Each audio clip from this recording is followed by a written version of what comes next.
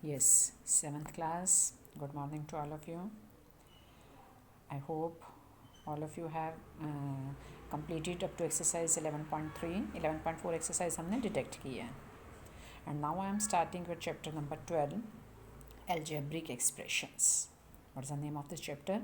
Algebraic expressions. First of all, today we are doing introduction of this chapter.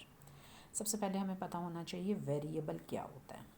Variable जैसे name से ही clear है कि जिसकी value change होती रहती है, जैसे A B C X Y Z, जो भी हमारे ए टू जेड अल्फ़ाबेट्स हैं वो सारे हमारे वेरिएबल हैं, क्योंकि वो किसी क्वेश्चन में हमको सपोज करते हैं, किसी में कुछ करते हैं तो सबकी वैल्यू अलग अलग आती है. कांस्टेंट वो होता है जिसकी वैल्यू फिक्स्ड होती है, जैसे 2 है, 7 है, 19 है, जो न्यूमेरिकल वैल्यू है जिसमें वेरिएबल नहीं होता, ये सब कांस्टेंट. तो ये हमारे फिक्स्ड होती है. Terms and factors. अब टर्म जैसे 4x ये एक टर्म है, 9x² y ये भी एक टर्म है. अब जैसे 4x में फैक्टर क्या होंगे?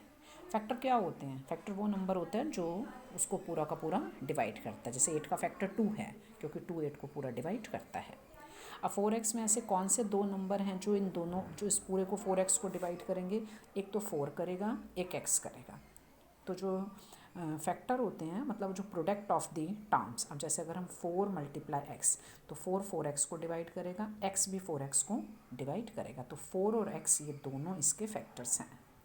ऐसे ही 9x² y, 9 इसको पूरा डिवाइड करेगा, x² को x करेगा, x भी x 2 टाइम्स हम लिखें, x दोनों डिवाइड करेंगे और y भी डिवाइड करेगा. तो यानी 9x² y में हमारे फैक्टर क्या बन जाएंगे? 9x y.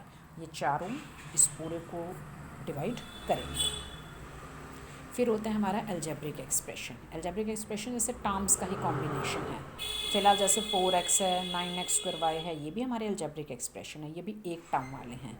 या अगर हमने जैसे ऐसे लिख दिया 9x² + 3y, ये एक अलजेब्रिक एक्सप्रेशन है. मतलब अलजेब्रिक एक्सप्रेशन में हमारा क्या होता है? प्लस माइनस आ जाता है और टर्म्स जुड़ जाती हैं, और टर्म्स का कॉम्बिनेशन, जैसे 9x² एक टर्म है, 3y एक टर्म है, तो ये हमारा अलजेब्रिक एक्सप्रेशन हो जाएगा.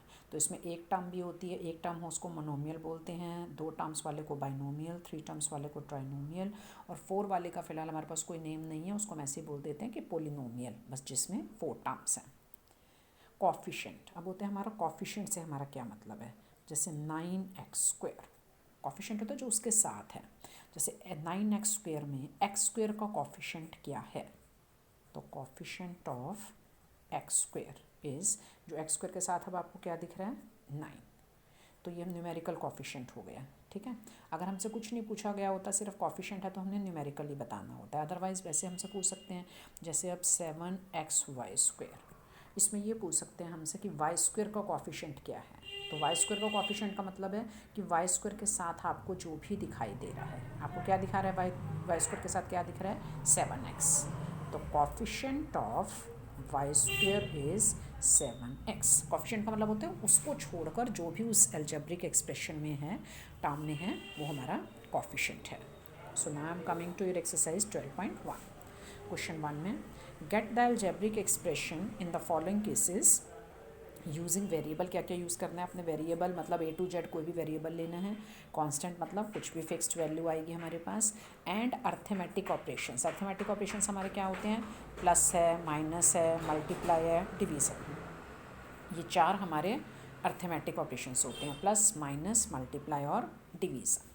अब फर्स्ट है subtraction of z from y. Z को हमने वाई में से सब्ट्रैक्ट करना, तो फ्रॉम के वाला हम हमेशा पहले लिखते हैं. अब क्या बनेगा इसका अलजेब्रिक एक्सप्रेशन? क्या बनेगा? Y minus z. क्या बनेगा? Y minus z. Second part ले रही हूँ मैं आपका. 1/2 of the sum of numbers x and y. 1/2 के लिए हमने हाफ कर दिया. अब इन दोनों नंबर्स का हमने x और y का सम करना है, तो 1/2 of x plus y. 1/2 of x plus y.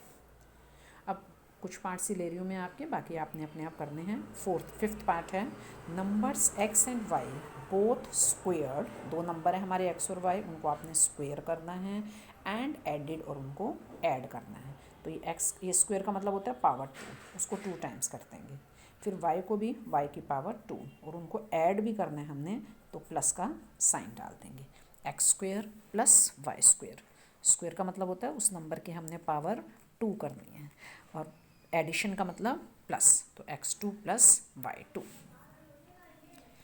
अब ऐसे ही मैं आपका ले रही हूँ 6 पार्ट।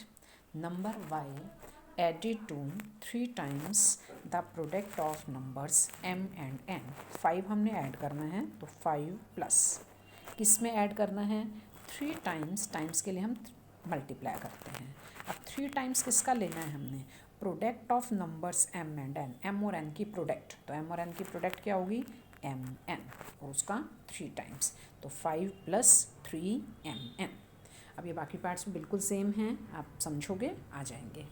अब question 2, identify the terms and their factors by tree diagrams. अब इसमें हमने ट्री डायग्राम की तरह बनाना है। अब जैसे ट्री क्या होता है, उसकी जैसे ब्रांचेस निकली होती हैं, तो जैसे ये फर्स्ट पार्ट में हमारा एक्सप्रेशन है x-3, आपने ऐसे ये ब्रांचेस निकाल दी हैं, तो ऊपर पहले आपने लिख दिया x-3। अब एक फर्स्ट उसमें आपने निकाला x, और दूसरे आप उसमें निकालोगे -3। फर्स्ट में क्या निकाला हमने x, और दूसरे में हम क्या निकालेंगे -3, और ये टर्म्स हो गए और इनके फैक्टर्स। अब इनके फैक्टर क्या होंगे, x का फैक्टर क्या होगा 1 और x, क्योंकि 1 और x इसको पूरा डिवाइड करेंगे। इसका फैक्टर क्या होगा -3, क्योंकि -3 ही -3 को पूरा डिवाइड करता है। फिर ऐसे ही नेक्स्ट है अब आपका 1 + x + x²।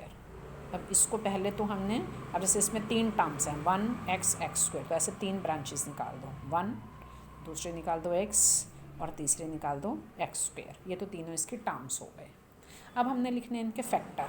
फैक्टर में क्या होगा, फैक्टर में 1 को तो बस 1 ही डिवाइड करता है, 1 ही आएगा। x का ये सिर्फ x ही आएगा यहाँ पर, और कुछ x, ये x को डिवाइड कर सकता है। और इसके हमारे क्या फैक्टर बनेंगे x2, मतलब 2 टाइम्स x होंगे। x2 का मतलब है x × x, क्योंकि x और x दोनों ही x² को डिवाइड कर सकते हैं। ऐसे ही अब आपका ये सेकंड पार्ट है, identify terms and factors in the expressions given below. अब ऐसे ही आपने -4x + 5, इसको आपने फैक्टर ट्री से नहीं करना, इसको हमने वैसे ही करना है, तो इसको हम ऐसे बॉक्स बनाकर करेंगे। ये पूरे सेकंड पार्ट के सारे पार्ट्स के लिए इकट्ठा ही हम बॉक्स बनाएंगे। पहले ऊपर आपने लिखना है एक्सप्रेशंस, फिर हमने लिखना है टर्म्स। तो पहले एक्सप्रेशन में हमने लिख दिया 4x + 5, 4x + 5। अब टर्म्स में पहले एक 4x टर्म है, अलग अलग लिखना, ये 4x लिखा, फिर 5 लिखा, ठीक है। पहले ऊपर ये एक टर्म, नीचे दूसरे टर्म। अब हम यहाँ लिखेंगे फैक्टर्स, क्या लिखेंगे फैक्टर्स। अब 4x के फैक्टर क्या होंगे, 4x को कौन कौन से नंबर डिवाइड कर सकते हैं, 4 करेगा, x करेगा। 5 के फैक्टर क्या होंगे, 5 ही होंगे, 5 को 5 भी डिवाइड कर सकते हैं। 1 भी हम लिख सकते हैं, 1 भी 5 को डिवाइड करेगा, 1 और 5 दोनों लिख सकते हैं। ऐसे ही बी पार्ट में आपका ले रही हूँ -4x + 5y। तो पहले तो हमने फैक्टर्स लिखने हैं, एक -4x और एक 5y, ये टर्म्स हो गई। अब इनके फैक्टर्स में एक -4 लिखोगे, एक x लिखोगे, मतलब इसमें -4 अलग कर देना है, एक x अलग कर देना है, और इसमें क्या होगा 5 अलग, y अलग, राइट। अब ऐसे मैं आपका लास्ट पार्ट ले रही हूँ, इसी का सब बिल्कुल सेम है, बस टर्म्स को अलग अलग करना है, और टर्म्स में फिर जो भी नंबर अलग अलग हैं वो उनके फैक्टर बन जाएंगे। -2.4b + 3.6a। तो पहले तो इसके सारे आप टर्म्स लिख दो, 1.2ab -2.4b 3.6a। अब इनके फैक्टर लिखते जाओ, 1.2, a, b, ये किन किन की प्रोडक्ट है, 1.2 की है, a की है, b की है। फिर ये किस किस की प्रोडक्ट है, -2.4 की है और b की है। अब ये किस किस की प्रोडक्ट है, 3.6 और a की, राइट। तो ऐसे ये बिल्कुल क्वेश्चन 2 के सारे पार्ट्स हैं। अब क्वेश्चन 3 में है, identify the numerical coefficient of terms other than constant. Constant को छोड़कर जो बाकी टर्म्स हैं उनके आपने न्यूमेरिकल कोफिशिएंट करने हैं। तो इसको भी आपने इकट्ठा ही एक बॉक्स में कर देना है। पहले वैसे ही करोगे आप, ऊपर लिखोगे एक्सप्रेशन, फिर लिखोगे टर्म्स,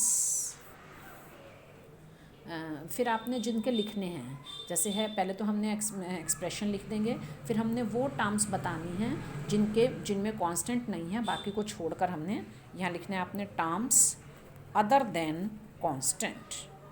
कांस्टेंट को छोड़कर जो टर्म्स हैं हमने वो लिखने हैं, और यहाँ हमने कांस्टेंट्स फिर उनके कॉफिशिएंट लिखने हैं, मतलब कांस्टेंट को छोड़कर जो भी टर्म है उसका न्यूमेरिकल कॉफिशिएंट क्या है।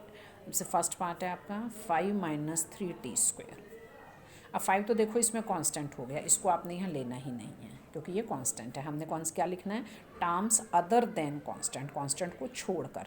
तो बिना कांस्टेंट के हमारी ये टर्म है -3t²।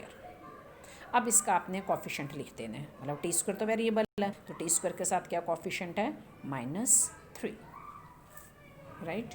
अब ऐसे ही है आपका fifth part, -p² q² + 7pq।